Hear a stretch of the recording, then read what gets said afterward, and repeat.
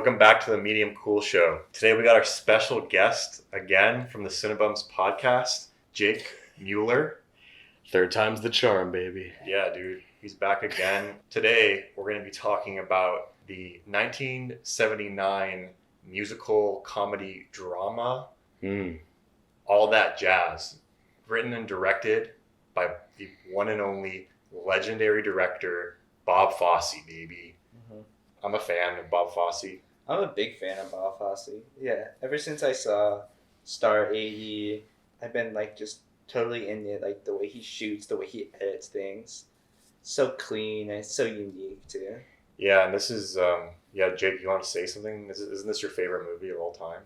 Yeah, so I mean, it's hard for me because it changes on a periodic, like weekly basis what the number one slot is, but All That Jazz is certainly like always been at the top of my like all-time favorite movies. Funny enough, like I saw this movie like before I really knew who Bob Fosse was as like the choreographer, the really eccentric, sort of womanizing figure that he is. Just a really compelling character study about like the arts and how it can have effect on like your body, but also like your like personal relationships and all these like really timeless themes that I like really related to and felt like deeply in my core. So yeah. Did you know like who Fosse was before you watched this, or like vaguely? Yeah, I knew who he was. Like I had seen Cabaret in film school, and I didn't know who Bob Fosse was then. And then I watched the show on HBO called Fosse Verdon. Yeah, it's a great show. Back in like 2019, and then that's Sam when Rockwell? Sam Rockwell and Michelle Williams. Yeah.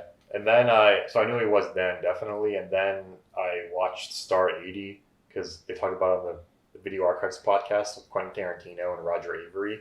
Then I watched it and I was like, oh, this is dope. This is sick. I fuck with Star 80 way more than Cabaret. And then we finally watched All That Jazz. Mm-hmm. So yeah, that's like my introduction to Bob Fosse. I didn't really know all of who he was until I saw All That Jazz. Because I know that aspect of him was there, but I knew that he was like a theater guy. I came from the theater, was like choreographer, dancer on Broadway and stuff, and put on a lot of Broadway musicals, which is just like a whole different sphere from film. Of like that itself is like fucking live performances, just a whole different beast.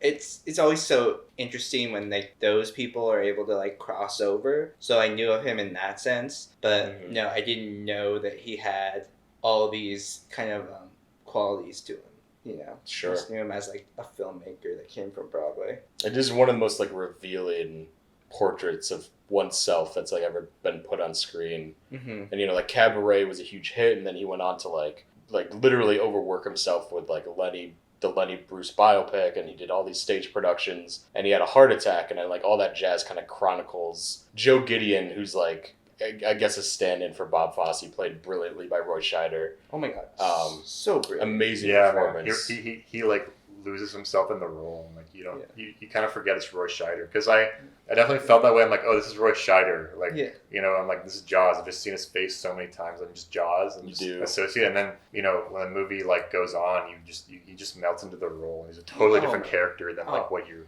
used to seeing with Jaws. Yes, so good, dude. He has like the mannerisms down of Bob Fosse, but also like the wit and sort of the infectious sort of like womanizing features that he has, where like he's such a piece of shit to certain people, but then he's very alluring to like all these like up and coming Broadway stars, because he's at the heap of his career. Yeah. And there's something about like Roy Scheider's performance that like exudes Fosse, but also like that sort of heartbreaking Broadway sort of story. I think the thing that really came through too was not just like how much of a piece of shit he was, but how empathetic he was too. Like that really took me aback a little bit. Like Roy Scheider is like, yeah, he can be really fucking hard. Yeah, he's really stressed out. Yeah, he's like a piece of shit womanizer, but he's also like very gentle with people, and he's also kind of like has this sense of like, yeah, I'm a piece of shit. I know that. Like, I know I am. And, like, he doesn't seem to want to, like, change. He seems to come to terms with it already within the story. Very empathetic in this. And I really like that. For sure. Yeah, definitely. Basically, like, the story is about this famous theater director slash filmmaker. Bob. I mean, it's about Bob Fosse. He just changes the name, but it's just like crazy. Like you're saying, how narcissistic he portrays himself, and like just definitely like the whole like womanizing aspect and like all the drugs he does and shit. It's just like, damn, this is like really. And it's done in such like a jazzy, like sort of positive way. Yeah. In the beginning and stuff, and like what I like about this movie, like he's like his consciousness informs the style of filmmaking that's going on. Like it informs like the world and everything, and it slowly kind of starts to become like more like theatrical. And there's like scenes, like even the conversation with like his ex-wife. It's like they're like dancing and like talking, which like is interesting. It gets like more fantastical, and then like by the end. Or like the third act, he starts like when he's really losing it. It gets really like it's like super fantasy, super like trippy, very grandiose. Yeah, like that sort of arc in it. Yeah, they do such a good job with like definitely like I'm not a big like musical fan because I don't like when scenes just break out into like a musical piece and then like I have to wait like 3 minutes and stuff. This does like a really good like mix of that. It's like a very creative the way he stages things, and there's always like exposition going on, and like, but we gotta talk about the editing too, right? Yeah, that's what I wanted to say was like you totally get the Bob Fosse touch right off the bat, where he kind of has these like flash forwards or like these kind of like little, like in Star 80, it's like you have like Eric Roberts with like the blood on his hand, that something bad. You kind of get that and all that jazz. You get those inserts of him in the hospital, yeah. Like, with the and like talking to death and stuff like that. Jessica Lange, amazing performance. God. So good. And like that whole set I love so much, where it's sort of like it's all of his memories personified, and like there's like pianos and like there's like girls dancing and stuff. It's like this very dreamlike sort of almost hellscape where he's like he's stuck in this purgatory where he's like he knows he's like if he keeps going this route he's gonna die. And Jessica Lange's sort of like his archangel, like leading him through this journey where he's like got to decide what his sort of priorities are. But the thing is, like, I feel like Joe Gideon or Bob Fosse, like, it's so clear from the very first scene, the on Broadway scene where he's auditioning people. It's so clear, like, where his priorities are, and it's like it's about himself and like his reputation and the arts. Yeah, it's just so complicated though, like, because like his daughter's in the picture and his ex-wives and his mistresses that he deeply cares about. And what Felix said, like, his physical like deterioration over time is just so well captured by like the editing. It becomes more frantic and just haphazard. Just Roy Scheider, again, I can't praise him enough. His performance is like next level. Yeah, I feel like my interpretation of it was he was almost flirting with death the whole time. Right. And I think that goes back to Fosse's kind of fascination with death and like all his like everything he does. Like he's almost like luring her. He's like flirting with her and luring her in, like as if he were like courting some off-Broadway actress that he like normally courts. Exactly. Like he can't help himself, and I think that's really compelling too. Definitely. You definitely get a feel for his character as well. I love the scene where it's like flashback of him performing as like a kid, and you can kind of see like the origins of like his sort of like sex addiction, because he's just like was doing all these like sleazy clubs, like performing in sleazy clubs as like a really young, like basically like a boy. Basically, and like he was definitely, I guess, taken advantage of by the showgirls there, even though it's like whatever. Yeah, I mean, he might have like enjoyed it. I don't know.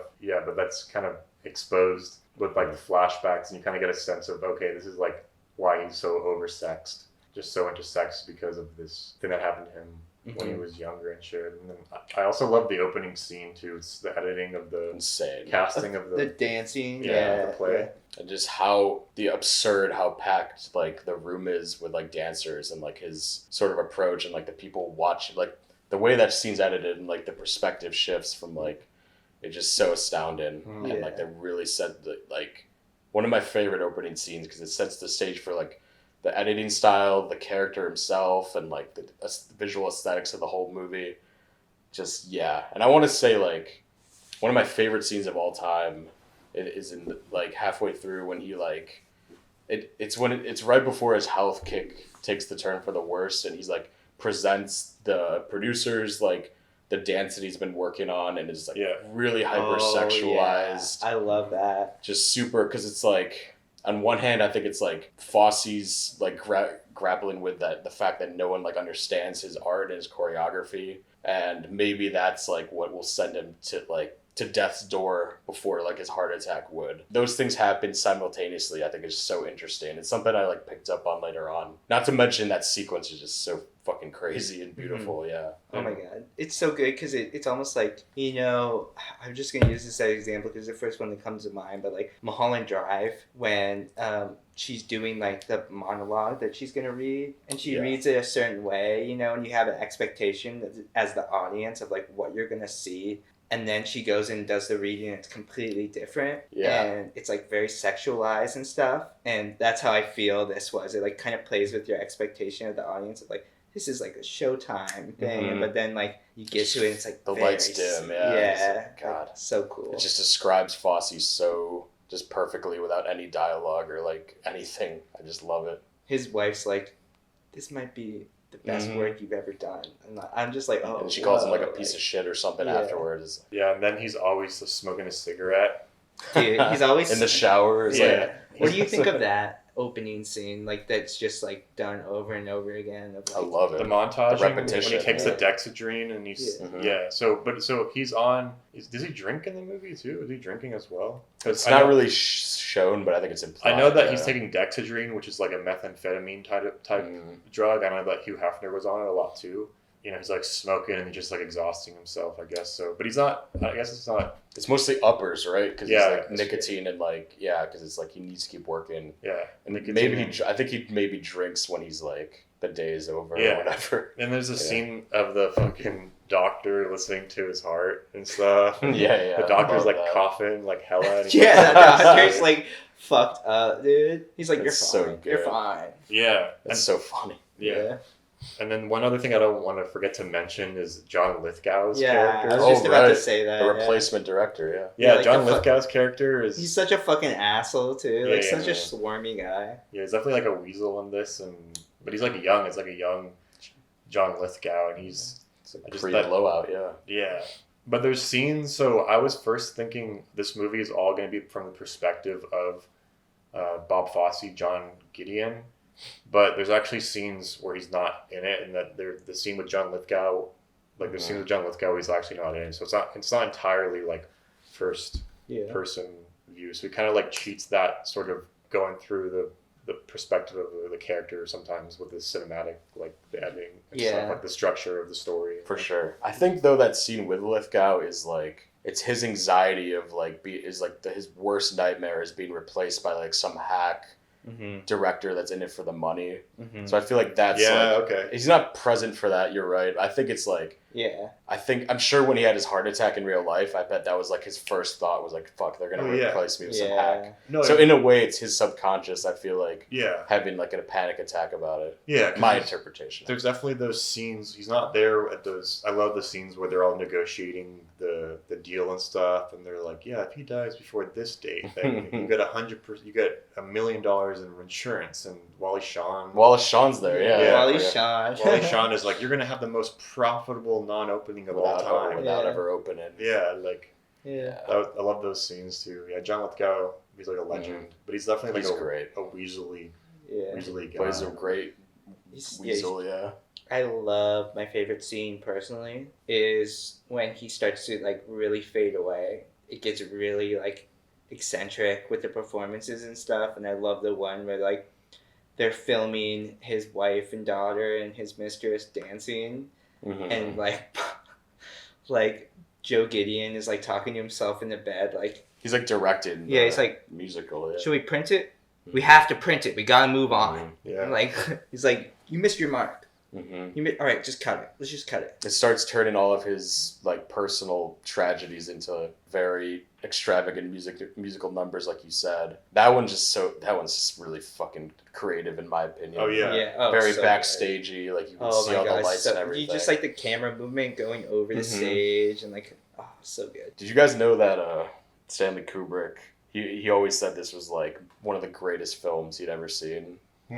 Which I always found really interesting. Like, I think because he's also a very, tortured genius, and he probably related to like the deterioration on the mind and the personal like sort of relationships that directing has Yeah, he name drops him in the movie. Yeah. He's like, Does Yeah. Stanley Kubrick ever get lonely? I think, right? Yeah. No, he's like, does Stanley Kubrick ever feel this way because he watches his first cut of Lenny and he's like, I can't believe you're gonna show this to people. Like, this is so depressing. I wonder if Stanley Kubrick ever feels this way. But I think every director is Stanley Kubrick ever depressed watching this stuff? That's such a good quote. I mean, it's true. Like when you shoot stuff and then you watch it over, sometimes you're like, "Fuck, it's demoralizing." This is like really bad. You're like, no one's gonna like this. This is like for no one. And Lenny's a fantastic film. It's like he was so self-critical, and you feel that in Roy Scheider's character. Oh yeah. By the way, and also the Lenny stuff, the way that's edited into the movie, like where he's like, "I'm dying." Yeah. And it's like that's sort of overlaid to when he's like in the hospital and like hallucinating around the hospital. It's just like he's like, there are 5 stages of death. Like there's just so much. There's so many layers to this movie. I've seen it like 6 or 7 times, and like you really get new stuff. And like I don't rewatch any other Fosse movies that as much. I quite like a lot of them, but like this one is just. I can watch it like once a year. It goes hard. Like it goes really, really hard. It really like, does, yeah. He goes like really for it, and the whole like ending when you always think like it's gonna end, like the theatrics is like the show's gonna end and like keep on going and stuff. Yeah. Did you guys like the final musical number with Ben Vereen? I did, yeah. I liked it because it was so surreal and trippy. Where like it is. Roy Scheider's playing it so well. Where he's like he's having so much fun, you know, and then like. Body bag.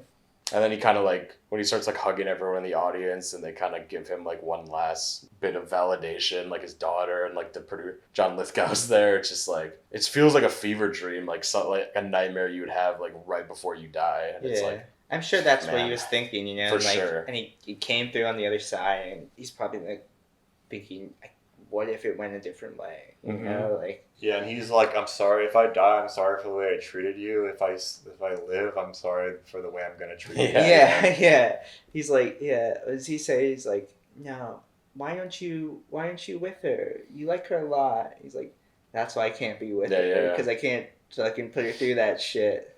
I know that poor girl that he keeps destroying throughout the movie. I love the woman that he starts sleeping with that he found on Broadway, just like total like, you know, narcissist and just totally just wanted her even though she's like can't dance or something. He tells her like you're a bad actress and you're not gonna make it, but I love what he says. I love what he says to her because she's like fucking up the choreography and he keeps yelling at her and she starts crying and he's like, oh, that scene's brutal. He's like, you're not good. I'm not gonna make you great. I can't even make you good. But if you keep doing it, you'll get better. And I really want to help you get better. Yeah. And she's like, okay, are you going to keep yelling at me? And he's like, shakes probably, his head, And then it cuts to he's like screaming at her when she's dead. It's like, oh, man. Yeah, it goes, like, this movie goes hard. Like, I think I just like Star 80 a little more because it's just like more my vibe. Star 80 is amazing, Star 80 is really good too. And also just like, God, the way he deals with the whole subject in such like a very like clear-minded way, even though it was like so close to the actual event. Like, dude, it takes like someone who really knows how to craft a story and like craft a good film to do Star 80. Fosse always liked to like semi-expose how fucking ridiculous Hollywood is and how toxic it can be. Like there's glimmers of that all in his movies. He's always commented sort of on showbiz in Hollywood in a very meta fashion because I think he's always been like very cynical and self-minded to just realize that a lot of it's fucking stupid. Like a lot of toxic traits, even his own and all that jazz can be really detrimental to the business. But I mean, All That Jazz is one of my favorites, like I said, and I'm glad you guys enjoyed it and you know, took a lot from the experience. So much. I would go Star 80 and then All That Jazz and then Cabaret. I want to say, so fair. What do you think separates this from other like self-indulgent films though? It's a good question. I think they're self-indulgent bad and they're self-indulgent good. Well, we were talking about this pre-screening today. Buffalo 66 is like self-indulgent, but it's really good.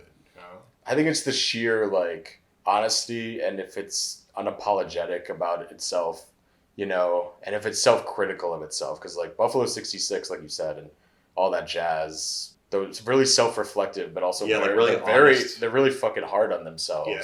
They don't give themselves like a very redeeming arc necessarily, and I think something about the authenticity about that, you know. I think that's why those stuck out. And we were talking about 8.5. Like I kind of agree with that. All that jazz definitely resonated with me more than 8.5, but that's just a personal thing. I know like it took a lot of inspiration from Fellini and 8.5. Like Definitely that and Persona, Ingmar Bergman for sure. Yeah. Definitely like when they're getting into like the filming, shooting type of shit. Like that was like Day for Night by Truffaut is another one that's really good. Yeah, all that jazz. It's really good film. It's very artistic, and I fuck with it. So do I. Slat gang. Yeah. Fuck with it.